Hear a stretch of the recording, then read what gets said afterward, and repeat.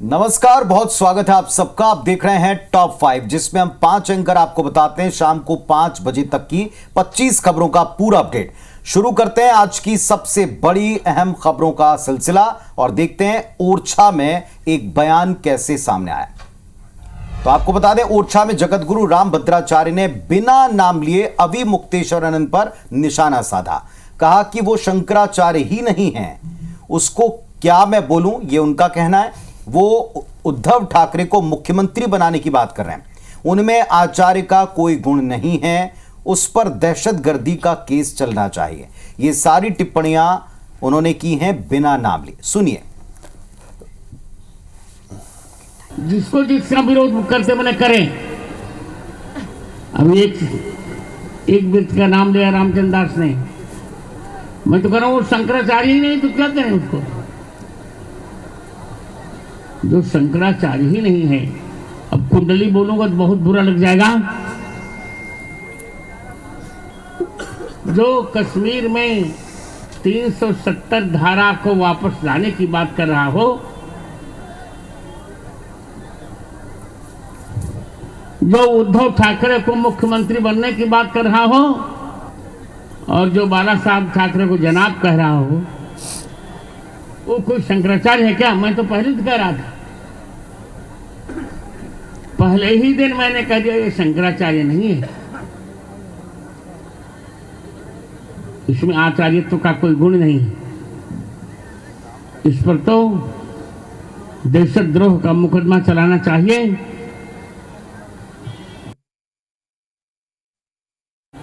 लोग कहें भले संभल में प्री प्लान थी, कहते हमको पता नहीं था। तुमको पता नहीं था तो पत्थर कहां से आए? सबकी प्री प्लान थी, पूर्व योजना थी। संबलपुर में, मुजफ्फरनगर में, मणिपुर में, हम जहां जहां अल्पसंख्यक होंगे वहां वहां हमको खतरा होगा। और अब ओरछा में पंडित धीरेन्द्र कृष्ण शास्त्री की हिंदू एकता सनातन यात्रा का समापन कर दिया गया है और इस दौरान पंडित धीरेन्द्र शास्त्री ने बड़ा ऐलान किया है। उनका कहना है कि इस यात्रा के बाद वो एक और यात्रा निकालेंगे। दूसरी यात्रा के लिए जल्द तैयार हो जाओ और ये यात्रा मथुरा से दिल्ली तक निकाली जाएगी। साल 2025 में इस यात्रा का आयोजन किया जाएगा। अगली यात्रा दिल्ली से, वो वृंदावन से दिल्ली तक की होगी। 9 दिनों में ये कह सकते हैं कि लोग, हिंदू अपने महत्व को जानने लगा। थोड़ा डरपोक था, वो घर से बाहर निकला। थोड़ा भयभीत था, वो घर से बाहर निकला। थोड़ी उसने उदारता दिखाई तो एक होने के लिए बात करने लगा। अभी बात कर रहा, कल मुलाकात करेगा, फिर साथ करेगा, फिर एक देश, ये भारत एक नया इतिहास होगा। और इधर संभल की जामा मस्जिद मामले में शुक्रवार को सुप्रीम कोर्ट में सुनवाई हुई। कोर्ट ने आदेश दिया कि मस्जिद की सर्वे रिपोर्ट खुलेगी नहीं। कोर्ट ने ट्रायल कोर्ट से कहा कि 8 जनवरी तक केस में कोई एक्शन न लें। बता दें, संभल में रविवार 24 नवंबर को मस्जिद में सर्वे के दौरान भड़की हिंसा में 4 युवकों की मौत हो गई थी। संभल की चंदौसी कोर्ट ने हिंदू पक्ष की याचिका पर 19 नवंबर को एडवोकेट कमिश्नर नियुक्त करते हुए सर्वे का आदेश दिया था। हिंदू पक्ष का दावा है कि जामा मस्जिद हरिद्र मंदिर है। मुंबई में आज होने वाली महायुति की अहम बैठक रद्द कर दी गई है। अब 1 दिसंबर को भाजपा विधायक दल की मीटिंग होगी। इस मीटिंग में 2 ऑब्जर्वर्स की मौजूदगी में मुख्यमंत्री के नाम का ऐलान किया जाएगा। भाजपा मराठा चेहरे पर भी विचार कर सकती है। इस बैठक के बाद महायुति की बैठक बुलाई जाएगी। इससे पहले गुरुवार रात एकनाथ शिंदे, देवेंद्र फडणवीस और अजीत पवार करीब 2.5 घंटे 6A कृष्णा मेनन मार्ग, जो कि गृह मंत्री अमित भाई शाह का घर है, निवास है, बल्कि आवास कहेंगे चूंकि वहां पर अस्थायी पता है, आवास पर बैठे भाजपा के अध्यक्ष जगत प्रकाश नड्डा के साथ मीटिंग की। 2.5 घंटे मीटिंग चली, लेकिन अभी मुख्यमंत्री का नाम तय नहीं हुआ। एकनाथ शिंदे ने आधे घंटे तक शाह से अकेले में मुलाकात की है। इधर राज कुंद्रा और शिल्पा शेट्टी के घर पोर्नोग्राफी मामले में प्रवर्तन निदेशालय यानी कि ईडी ने शुक्रवार सुबह छापेमारी की है। घर के बाद राज कुंद्रा के दफ्तर में भी छापा मारा गया है और इसके अलावा मुंबई और उत्तर प्रदेश में करीब 15 जगहों की तलाशी ली जा रही है। इसके जरिए ईडी मोबाइल एप्लीकेशन और दूसरे माध्यमों से पोर्नोग्राफी के सर्कुलेशन का पता लगा रही है। राज कुंद्रा पर आरोप है कि वो ऐप हॉटशॉट के जरिए पॉर्न कंटेंट लोगों तक पहुंचाते हैं और इसका प्रोडक्शन भी करते हैं। इस ऐप के मालिक राज कुंद्रा है। उनकी ये ऐप पहले गूगल और एप्पल में उपलब्ध थी। हालांकि 2021 में उनके खिलाफ केस दर्ज होने के बाद इसे हटा दिया गया था। अब संसद के शीत सत्र का भी अपडेट लीजिए। सोमवार तक के लिए इसे स्थगित कर दिया है। सत्र की शुरुआत 25 नवंबर को हुई। 4 दिन में सदन की कार्यवाही सिर्फ 40 मिनट चली। हर दिन औसतन तकरीबन 10 मिनट कामकाज हुआ है। लोकसभा राज्यसभा में विपक्ष ने अडानी और संभल वाला मुद्दा उठाया। विपक्षी सांसद कार्यवाही के दौरान लगातार हंगामा करते नजर आए। स्पीकर ने कई दफा उन्हें बिठाने का प्रयास किया मगर विपक्ष शांत नहीं हुआ। शुक्रवार को स्पीकर ओम बिरला ने कहा कि सहमति असहमति लोकतंत्र का हिस्सा है और ये ताकत भी है। आशा करता हूं कि सभी सदस्य सदन को चलने देंगे। देश की जनता संसद के बारे में अब चिंतित होने लगी। सदन सबका है। देश चाहता है कि संसद चले, सदन चले। लोकसभा राज्यसभा की कार्यवाही सोमवार यानी 2 दिसंबर तक के लिए स्थगित कर दी गई। प्रधानमंत्री नरेंद्र मोदी आज से 3 दिन के ओडिशा दौरे पर हैं। यह पहला मौका है जब कोई प्रधानमंत्री राज्य में 3 दिन तक रुकेगा। प्रधानमंत्री मोदी भुवनेश्वर के लोकसभा भवन कन्वेंशन सेंटर में 30 नवंबर और 1 दिसंबर को होने वाली DGP-IG कॉन्फ्रेंस में शामिल होंगे। इस कॉन्फ्रेंस में गृह मंत्री अमित शाह के साथ NSA अजीत डोभाल, खुफिया ब्यूरो के अधिकारी, राज्यों के DGP और केंद्रीय रिजर्व पुलिस बल के महानिदेशक, research and analysis wing raw, राष्ट्रीय सुरक्षा गार्ड और स्पेशल प्रोटेक्शन गार्ड के चीफ शामिल होंगे। और खबर दिल्ली से है। कांग्रेस की हार पर महामंथन हुआ है। CWC की बैठक में कांग्रेस के तमाम दिग्गज शामिल हुए हैं। 2 राज्यों में जिस तरह से करारी हार मिली है कांग्रेस को, उस पर यहां पर चर्चा की गई है, मंथन हुआ है। CWC की बैठक के बाद खड़गे ने बयान भी दिया है। उनका कहना है कि हमने लोकसभा चुनाव में बेहतर प्रदर्शन किया था, लेकिन राज्यों के जो चुनाव के रिजल्ट्स आए हैं वो उम्मीद से कम रहे हैं। राज्यों में चुनाव की तैयारी हम साल भर पहले ही जरूरी है और इसकी हम कोशिश करेंगे। पुराने ढर्रे पर चलना हमें छोड़ना होगा। और इसके साथ खड़गे ने एक बार फिर ईवीएम पर सवाल उठाए हैं। उन्होंने कहा कि ईवीएम ने चुनावी प्रक्रिया को संदिग्ध बना दिया है और इसके साथ ही उन्होंने कहा कि गुटबाजी और एक दूसरे के खिलाफ बयानबाजी से परहेज करना चाहिए। झारखंड में भगवान बिरसा मुंडा के वंशज परपोते मंगल मुंडा का गुरुवार यानी 28 नवंबर रात को निधन हो गया। सड़क दुर्घटना में गंभीर रूप से घायल होने के बाद उनका रिम्स में इलाज चल रहा था, जहां उन्होंने आखिरी सांस ली है। झारखंड के मुख्यमंत्री हेमंत सोरेन ने बिरसा मुंडा के वंशज मंगल मुंडा को श्रद्धांजलि दी। हेमंत सोरेन ने कहा कि यह बहुत बड़ा हादसा था। बस दुर्घटना में उन्हें गंभीर चोटें आई। डॉक्टर्स ने पूरी कोशिश की, लेकिन उनका निधन हो गया। भगवान उनकी आत्मा को शांति दे। चूंकि वो वेंटिलेटर में थे, थोड़ा सा भी समय ना मिला और अंततः परिणाम हम लोग के सामने है। उनके आत्मा को ईश्वर शांति प्रदान करे, ये हम प्रार्थना करते हैं। और जो भी सहायता होगा, जो भी सहयोग होगा सरकार की तरफ से, उनको सारा उपलब्ध कराया जाएगा, मुहैया कराया जाएगा। तूफान से बचाव के लिए राहत कार्य जारी है। तमिलनाडु के कडलूर में तूफान का असर देखने को मिला। फेंगल तूफान से बचाव के लिए नौसेना तैनात कर दी गई है। कोस्ट गार्ड रेस्क्यू ऑपरेशन बाकायदा चला रहा है। रेस्क्यू के लिए सेना के हेलीकॉप्टर भी लगा दिए गए हैं। और इधर मशहूर गायिका दुआ लिपा मुंबई पहुंची हैं। शो के लिए मुंबई पहुंची पूरी टीम के साथ बांद्रा में वो नजर आई। अल्बानिया की मशहूर सिंगर हैं दुआ लिपा।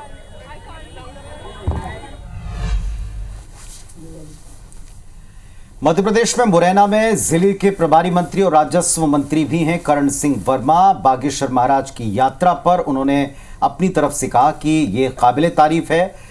उन पर टिप्पणी को लेकर अपनी पार्टी के नेता उनको घेरते भी नजर आए। बीजेपी के नेता और राघोगढ़ से विधायक प्रत्याशी रहे बंटी बना ने बागेश्वर महाराज को फेसबुक पोस्ट कर धमकी देते हुए अपशब्द तक कहे थे, जिसे लेकर वर्मा ने कहा कि राजनीति करने वाले लोग एक पवित्रता और पतिव्रता औरत की तरह हैं, नेतागिरी करना वैश्या की तरह हो गया। एक बड़ा ही कंट्रोवर्शियल बयान दिया उन्होंने, राजनीति को वैश्या से कंपेयर कर दिया। ये इनका काम है, राजनीति भी करते ना कहीं। राजनीति एक बहुत ही बढ़िया, जैसे एक पतिवीरता पत्नी जैसी है, और नेतागिरी एक वेश्या के समान है, तो ऐसे कांग्रेस के लोग करते हैं। बिलासपुर में एनएसयूआई के प्रदेश सचिव को पुलिस ने हिरासत में लिया। रंजेश सिंह को पुलिस मोपका चौकी लेकर गई। उन्होंने उच्च शिक्षा सचिव आर प्रसन्ना के दौरे का विरोध किया था और उन्हें काला झंडा दिखाने की चेतावनी दी थी।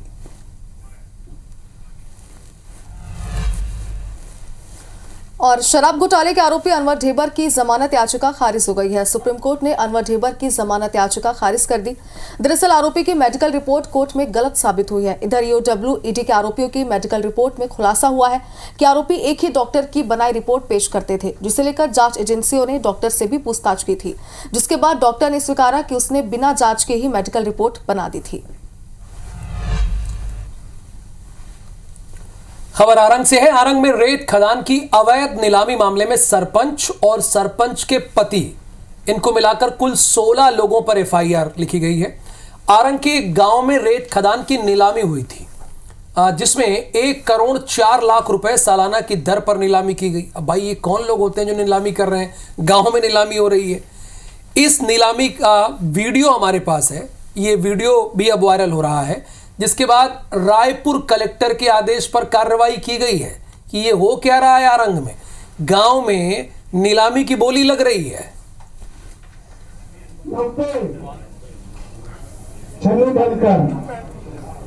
90 लाख 16 लाख 17 लाख नाम लिखा भाई, 17 लाख 51। और इस वक्त एक बड़ी खबर दंतेवाड़ा से आ रही है। 1 लाख के इनामी नक्सली ने सरेंडर कर दिया। बयानार एरिया कमेटी का ये सक्रिय मेंबर है, आईडी ब्लास्ट करने की घटना में शामिल रहा है। एसपी गौरव राय ने इनका सरेंडर करवाया। एसपी गौरव राय के समक्ष इसने सरेंडर कर दिया। तो 1 लाख का इनामी नक्सली बयानार एरिया कमेटी का एक्टिव मेंबर, जो आईडी ब्लास्ट की घटनाओं में शामिल रहा, उसने एसपी गौरव राय के समक्ष सरेंडर कर दिया है। बड़ी खबर है, एक के बाद एक कामयाबियां। एनकाउंटर्स में नक्सलियों का ढेर होना और नक्सली कमांडर्स का मारे जाने के साथ साथ सरेंडर करना पुलिस के लिए दोहरी कामयाबी है। और अब आपको बता दें कि भोपाल से खबर है। यहां पर 70 वर्षीय डॉक्टर से डिजिटल अरेस्ट के नाम पर ठगी हुई है। पीड़िता को झांसा देकर 10 लाख रुपए वसूल लिए हैं। 3 दिन तक धमकाकर कमरे में बंद करके रखा। निजी एयरवेज मनी लॉन्ड्रिंग केस का झांसा दिया। महिला के पति ने इस बात की पुलिस को जानकारी दी। पुलिस और क्राइम ब्रांच ने बाद में महिला का रेस्क्यू किया। एक बात गांठ बांध के रख लेनी है, अपने घर की दीवार पर लिख लीजिए, मोबाइल पर लिख लीजिए कि डिजिटल अरेस्ट कुछ नहीं होता है।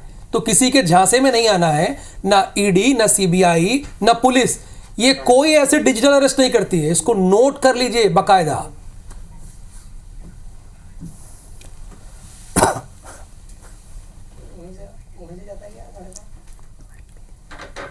70 वर्षीय डॉक्टर से डिजिटल अरेस्ट के नाम पर ठगी हुई। इसमें पीड़िता को झांसा देकर तकरीबन 10 लाख वसूले हैं और 3 दिन तक धमकाकर कमरे में बंद रखा। निजी एयरवेज मनी लॉन्ड्रिंग केस का झांसा दिया, यानी ईडी का इन्वॉल्वमेंट दिखाया। महिला के पति ने पुलिस को इस बात की जानकारी दी। पुलिस और क्राइम ब्रांच ने महिला का बाद में रेस्क्यू किया, यानी 3 दिन तक डिजिटल अरेस्ट करके रखा था। और ये बात बार बार IBC24 इस पर कितनी डिबेट्स कर चुका है, कितनी खबरें हम चला चुके हैं, इसे आप नोट कर लीजिए। को ना तो सीबीआई, ना ईडी, ना पुलिस, ना लोकल पुलिस, कोई भी ऐसी प्रक्रिया से नहीं गुजरता है। वो प्रॉपर आएगा, फिजिकली आएगा अगर आपको गिरफ्तार भी करना होगा तो।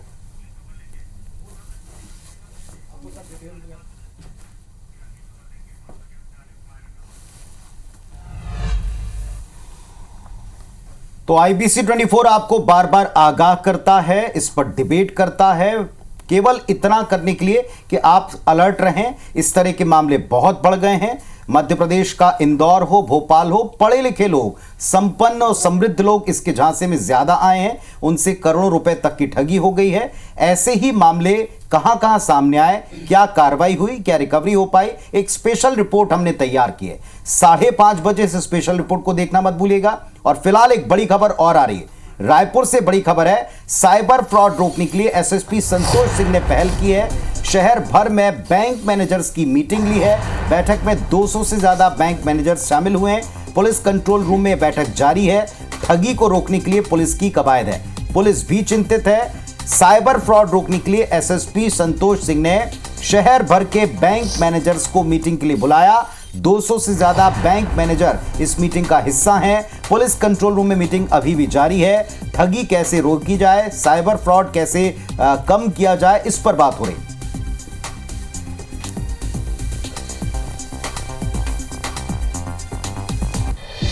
बड़ी खबर भिंड से। यहां पर विवाद के बाद 2 गुटों में फायरिंग हो गई है। दोनों पक्षों ने एक दूसरे पर जमकर फायरिंग कर दी। बताया जा रहा है कि इस फायरिंग में एक की मौत हो गई और एक घायल हो गया है। घायल को अस्पताल में भर्ती कराया गया। खेत की सिंचाई को लेकर विवाद हुआ था। गोहा थाना क्षेत्र के डीरमन पाली गांव की यह घटना है।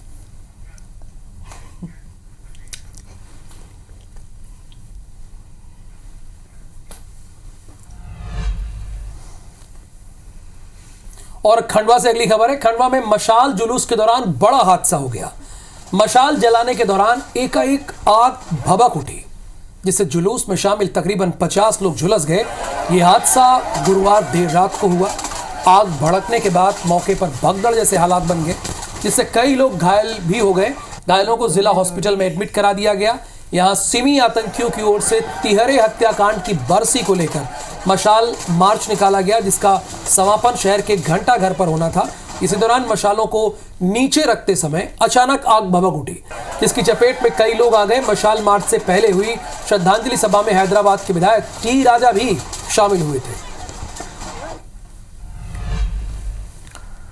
और छत्तीसगढ़ लोक सेवा आयोग की परीक्षा में बलौदाबाजार के रविशंकर वर्मा को पहला स्थान मिला है। किसान परिवार से ताल्लुक रखने वाले रविशंकर ने सरकारी स्कूल से पढ़ाई की शुरुआत की और NIT रायपुर में बीटेक किया। वर्ष 2012 में प्राइवेट नौकरी से करियर शुरू करने के बाद उन्होंने 2017 में PSC की तैयारी का फैसला लिया। 5वें प्रयास में उन्होंने टॉप किया है। वर्ष 2021 में रोजगार अधिकारी बने थे और फिलहाल बैकुंठपुर में इसी पद पर कार्यरत हैं और रायपुर के प्रशासनिक अकादमी में प्रशिक्षण ले रहे हैं। उनकी सफलता पर दोस्तों और परिजनों ने जमकर जश्न मनाया। इधर छत्तीसगढ़ राज्य की एकमात्र महिला बटालियन 20वीं वाहिनी छत्तीसगढ़ सशस्त्र बल महासमुंद की महिला बैंड टीम ने राष्ट्रीय बैंड प्रतिस्पर्धा में 3रा स्थान प्राप्त किया। इस महिला बैंड में 2018 में भर्ती हुई 23 महिला आरक्षकों को शामिल किया गया था। छत्तीसगढ़ पुलिस महिला बैंड बैकवाइपर बैंड की टीम है। 2023 में गुजरात में आयोजित 24वें ऑल इंडिया बैंड प्रतियोगिता में 4था रैंक भी प्राप्त कर चुकी है। छत्तीसगढ़ की एकमात्र महिला बैकवाइपर बैंड टीम का नेतृत्व महिला आरक्षक सोनबती ठाकुर ने किया। इस उपलब्धि पर 20वीं वाहिनी छत्तीसगढ़ सशस्त्र बल की सेनानी मनीषा ठाकुर रावटे और सहायक सेनानी दिनेश्वरी नंद ने टीम से मुलाकात कर उत्साहवर्धन किया। छत्तीसगढ़ राज्य की एकमात्र महिला बटालियन 20वीं वाहिनी महासमुंद में ऑल इंडिया ये पुलिस कंपटीशन था और इसमें हमारी बैकपाइपर की टीम जो कि 20वीं वाहिनी की थी ये शामिल हुई थी और इस टीम ने 3रा स्थान प्राप्त किया है। और ये कार्यक्रम आयोजित किया गया था नागालैंड में और ये बहुत ही प्रशंसनीय है और एक बहुत अच्छा प्रदर्शन इन महिला आरक्षकों के द्वारा किया गया था और यह सराहनीय है और हमारे छत्तीसगढ़ के लिए ये गौरव की बात है। तो साइबर लूट का एक नया बिल्कुल लेटेस्ट चैप्टर है डिजिटल अरेस्ट। इसकी ताजा घटनाएं क्या हैं, हर एक घटना आपको समझना चाहिए। इस पर एक स्पेशल रिपोर्ट अब से कुछ ही देर बाद। फिलहाल हम पांचों को इजाजत दीजिए। नमस्कार।